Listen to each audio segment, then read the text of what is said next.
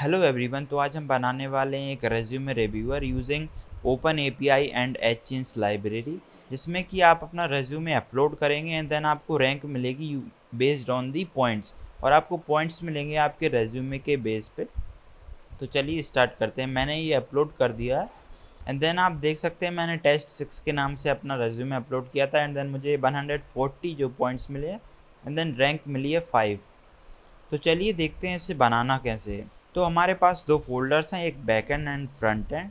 तो हम बैकएंड के अंदर src और index.ts को अगर ओपन करते हैं तो आप यहाँ पे देख पा रहे हो कि यहाँ पे दो एंड पॉइंट्स हैं। पहला है upload resume and get resume. पहले एंड पॉइंट में हम अपना रेज्यूमे अपलोड करेंगे एंड ओपन एपीआई को भेजेंगे एंड दूसरे में सिंपल हम सारे जो रेज्यूमे हैं जो कि यहाँ पे शो होंगे उनको गेट कर रहे हैं। तो चलिए स्टार्ट करते हैं। तो पहले हम एक सर्वर बनाएंगे। हमने अराकू सर्वर को इंपोर्ट किया from Araku dev and then हमने एक न्यू सर्वर को इनिशियलाइज कर दिया एंड देन हमने सर्वर से एक ऐप को क्रिएट किया एंड देन हमने ऐप डॉट पोस्ट करके एक अपलोड रेज्यूमे जो है वो एक एंड पॉइंट बना दिया एंड देन हम यहाँ से यूज़र से जो है उसका रेज्यूमे और उसका नेम एंड जो ईमेल है वो ले लेंगे। देन अगर मिसिंग है तो हम रिटर्न कर देंगे missing required field and then हम क्या करेंगे, जो हमारा रेज्यूमे है देन हमारा जो रेज्यूमे है उसको पहले हम एरे बफर में कन्वर्ट करेंगे एंड देन उसको फिर हमने बफर में कन्वर्ट किया। उसके बाद हमने एक पीडीएफ लोडर को ये बफर जो है वो पास कर दिया। अब ये पीडीएफ लोडर क्या है, ये पीडीएफ लोडर को भी हमने अराकू डेव स्लैश एचचेंज से इंपोर्ट किया फ्रॉम डॉक्यूमेंट लोडर में से एंड देन हमने यहाँ पे एक न्यू पीडीएफ लोडर जो है वो इनिशियलाइज कर दिया। मतलब कि हम हमारी पीडीएफ को लोड कर रहे हैं। ये क्या करेगा, सिंपल जो पीडीएफ का जो पूरा टेक्स्ट है वो हमको एक्सट्रैक्ट करके दे देगा। तो हमने लोडर डॉट लोड पीडीएफ जैसे ही फंक्शन को रन किया तो ये हमारे जो पूरे एक्सट्रैक्ट टेक्स्ट है पीडीएफ का वो हमें लोड करके इस वाले वेरिएबल में हमको मिल जाएगा। देन हमने एक जेसननेट डॉट एक्सटर्नल स्ट्रिंग फंक्शन को कॉल किया जिसमें कि एक हमने नाम दिया है और हमारे जो एक्सट्रैक्टेड डॉक्स हैं उनको दिया है। तो ये जेसननेट क्या है वो देखते हैं। पहले हमने जेसननेट को इंपोर्ट किया फ्रॉम अराकू डेव स्लैश जेसननेट एंड देन हमने जेसननेट को इनिशियलाइज किया। उसके बाद हमने ये फंक्शन को रन किया जिसमें कि हम एक नाम दे रहे हैं और हमारे जो एक्सट्रैक्टेड डॉक्स हैं वो दे रहे हैं। इससे क्या होगा, हम हमारी जेसननेट फाइल में इस नाम से रेज्यूमे नाम से हमारे ये डॉक्स जो हैं वो हम गेट कर सकते हैं। और हम ये इसलिए कर रहे हैं क्योंकि हमारा जो प्रॉम्प्ट वगैरह है या फिर पूरे जो फंक्शन कॉलिंग वगैरह है वो हम पूरे जेसननेट से हैंडल कर रहे हैं। एंड सेम हमने किया एक अपने फंक्शन को लोड कराने के लिए, जो कि हम फंक्शन को लोड कराने के लिए अलग फंक्शन होता है जो कि जेसननेट डॉट जावास्क्रिप्ट कॉल बैक होता है, जिसमें कि एक नाम होता है, कोई भी नाम दे सकते हैं एंड जो है फंक्शन है वो पार्स कर देंगे। अब यहाँ पे हम देखेंगे कि हम जो फंक्शन पास कर रहे हैं वो हमारा फंक्शन सिंक्रोनस होना चाहिए। मतलब कि हम जेसननेट से एसिंक फंक्शन को कॉल नहीं कर सकते हैं क्योंकि हमारा जो जेसननेट है वो एसिंक्रोनस नेचर हैंडल नहीं करता है। बट हमारा जो ये ओपन एपीआई फंक्शन है जो कि हमारे लिब फोल्डर में है वो हमारा एक एसिंक्रोनस फंक्शन है। तो हमें पहले उस फंक्शन को एसिंक्रोनस से सिंक्रोनस बनाना होगा। उसके लिए हम यूज़ कर रहे हैं एक दूसरी एक्सटर्नल लाइब्रेरी का जिसका नाम है सिंक आरपीसी। तो ये क्या करता है, ये एक फंक्शन को एक्सपोर्ट करता है क्रिएट क्लाइंट नाम से, जिसको हम एक फाइल का पाथ दे सकते हैं जिस फाइल में हमारा एसिंक फंक्शन है जो कि हमारे केस में जनरेट रिस्पॉन्स फाइल है। तो हमने इस जनरेट रिस्पॉन्स फाइल का पाथ दे दिया एंड हमारी ये जो फाइल है जनरेट रिस्पॉन्स ये हमारी कॉमन जेएस में होना चाहिए क्योंकि ये जो लाइब्रेरी है वो हमारे सिर्फ कॉमन जेएस को ही सपोर्ट करती है, मॉड्यूल जेएस को सपोर्ट नहीं करती है।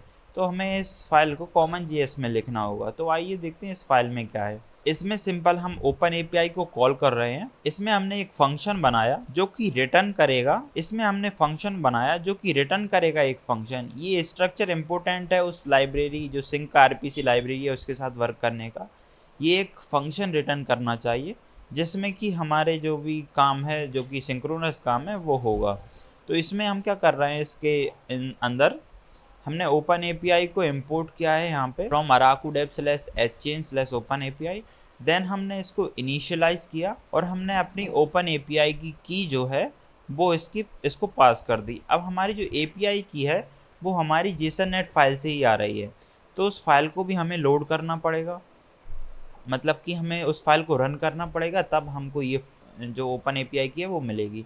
तो उसको रन करने के लिए हमने पहले सिंपल जो इंपोर्ट किया जेसननेट को, एंड देन उसको हमने इनिशियलाइज़ किया, एंड देन हमने एक इवैल्यूएट फाइल फंक्शन का यूज़ करके हमारी जो फाइल का पाथ है वो दे दिया, मतलब कि हम यहाँ पे हमारे केस में सीक्रेट डॉट जेसननेट, जिसमें कि हमारे सीक्रेट्स होंगे। और ये फाइल सिंपल हमारा एक ऑब्जेक्ट रिटर्न करती है जिसमें कि की वैल्यू पेयर्स होते हैं।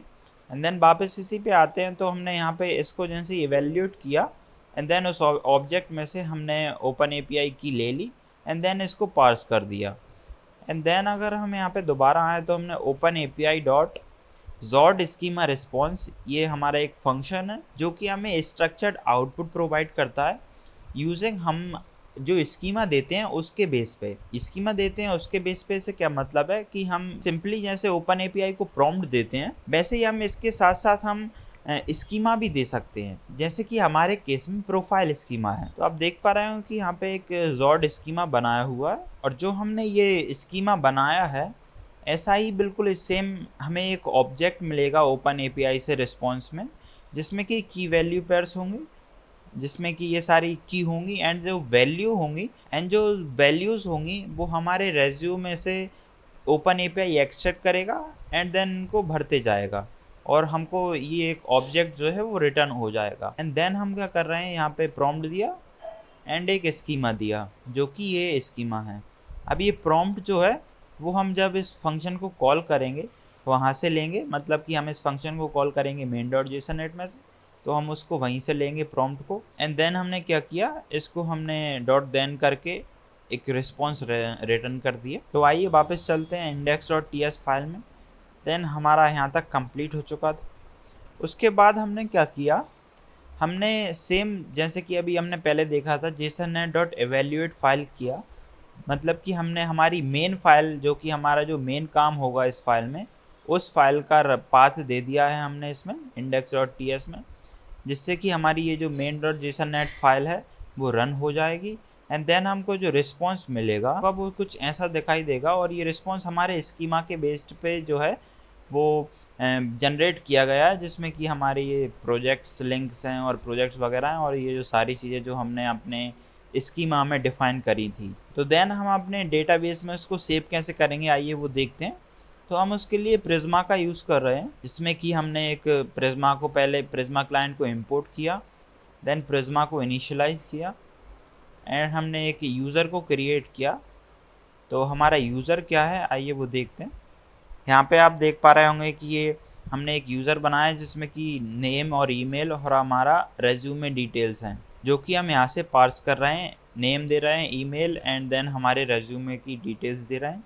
इससे हमारा एक यूज़र क्रिएट हो जाएगा जिसमें कि हमारे रेज्यूमे डिटेल्स भी होंगी, उस यूज़र की नेम भी होगा एंड ईमेल भी होगा। एंड देन हम यूज़र को रिटर्न कर देंगे सक्सेस। एंड देन ये हमारा एंड पॉइंट कंप्लीट हो गया अपलोड रेज्यूमे का वर्क। एंड देन चलते हैं गेट रेज्यूमे एंड पॉइंट पे, जिसमें कि सिंपल हम सारे रेज्यूमे को मतलब कि सारे यूज़र्स को फाइंड कर रहे हैं prisma.user.find मैनी करके, एंड देन सिंपल रिटर्न कर रहे हैं। एंड देन अगर हम वापस यहाँ पे आए, हमने देखा था कि हम हमारी main.jsonnet को फाइल को रन कर रहे थे, तो हमने यहाँ पे एक प्रॉम्प्ट दिया है जो कि हमारे ओपन एपीआई को जो कि बताएगा कि किस बेस पे और कितने आपको पॉइंट डिफाइन करना है यूज़र को। और हम यहाँ पे प्रॉम्प्ट बना रहे हैं जिसमें कि बता रहे हैं हम कि कितने पॉइंट किस वर्क के लिए प्रोवाइड करना है यूज़र को। एंड देन हमने हमारे रेज्यूमे के जो एक्सट्रैक्टेड डॉक्स हैं उनको गेट किया, जो कि हमने यहाँ से जो है हमने अपलोड किए थे, मतलब कि लोड किए थे। एंड देन गेट करने के बाद हमने इस जो रेज्यूमे को हमने यहाँ पे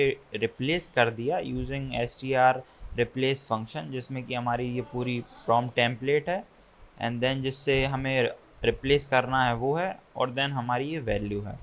उसके बाद हमें ये अपडेटेड प्रॉम्प्ट मिल जाएगी और हम हमारे ओपन एपीआई फंक्शन को कॉल कर देंगे। अब ओपन एपीआई फंक्शन को कॉल करने का तरीका क्या होता है, araku.native करके हम हमारे फंक्शन को कॉल कर सकते हैं। और ये फंक्शन कौन सा है, ये फंक्शन है जो हमने यहाँ से लोड किया था, जावास्क्रिप्ट कॉल बैक है जो हमने फंक्शन लोड किया था उसी को हम यहाँ पे पहले यहाँ से कॉल कर सकते हैं। araku.native करके उस फंक्शन का नाम दे देंगे एंड देन जो हमारे उसके आर्ग्यूमेंट्स हैं वो पार्स कर देंगे। और इसके आर्ग्यूमेंट क्या था, ये एक प्रॉम्प्ट लेता है जो कि हमने यहाँ पे देखा था, एक स्ट्रिंग प्रॉम्प्ट लेता है। तो हमने यहाँ से प्रॉम्प्ट जो है वो पास कर दिया एंड देन ये रिस्पॉन्स को हमने रिटर्न कर दिया और मेन फंक्शन को कॉल कर दिया।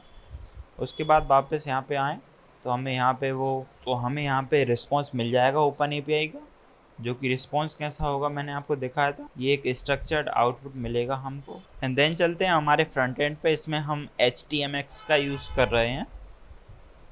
इसमें हमने सिंपल ये इनपुट फील्ड्स और ये बटन बनाया है और ये script.js को लोड कर रहे हैं।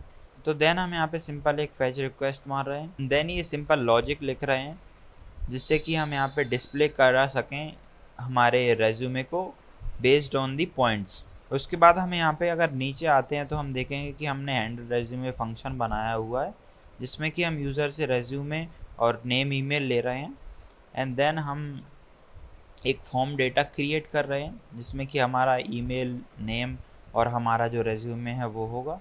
देन हम हमारे अपलोड रेज्यूमे एंड पॉइंट को कॉल कर रहे हैं जो कि यहाँ पे था। तो इसमें हम जेसननेट का यूज़ कर रहे हैं इसलिए हम इस कमांड का यूज़ करेंगे। तो चलिए स्टार्ट करते हैं। देन ये 3000 पोर्ट पे स्टार्ट हो जाएगा, जो कि हमने पोर्ट जो है यहाँ पे मेंशन किया हुआ था, server.listen on 3000। और हम यहाँ पे देखेंगे कि यूज़ कोर्स का भी यूज़ कर रखा है जिसको आप server.use कोर्स करके कर सकते हैं। तो आइए एक बार और रन करके देखते हैं। मैंने एक नेम दिया एंड ईमेल एंड अपना एक और रेज्यूमे दिया। जैसे ही मैं इसे अपलोड करूँगा तो आप यहाँ पे देख पाएंगे कि मेरा जो टेस्ट 7 नाम से था उसको 93 पॉइंट्स मिले हैं और 7th रैंक मिली है।